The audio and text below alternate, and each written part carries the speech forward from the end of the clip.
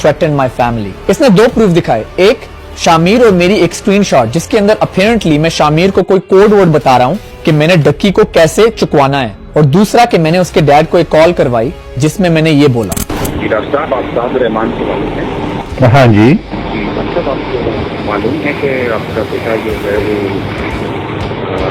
Cyber crime से मुलाकात है? खैर, मैंने अपने फादर को शाम वाला सारा सीन बताया था तो उनको पता था कि ये कॉल उसी ने करवाई है, तो उन्होंने ये कह के कॉल काट दी कि जो भी बात करनी है फेस टू फेस कर। देखो, मैं इस चीज को डिफेंड नहीं करूंगा, शायद मुझे ये कॉल नहीं करवानी चाहिए थी। अगर कोई आपके बारे में और आपकी फैमिली के बारे में वीडियोस अपलोड कर रहा हो, फिर जब आप उससे ऑफलाइन बात करें तो वो इतना रिस्पेक्टफुल और अच्छी बात करे, लेकिन वो ये ना चाहता हो कि आपकी और उसकी जो अच्छी बात हुई है कहीं वो उसकी ऑडियंस को पता ना चल जाए, क्योंकि उसने तो सारे सब्सक्राइबर्स ही हेट शाम इदरीस से उठाए थे। अगर सारे सब्सक्राइबर्स को पता चल जाता तो उसकी सारी वैल्यू तो खत्म हो जाती। पाकिस्तान आए हैं, साथ से कम बात तो करनी चाहिए यार।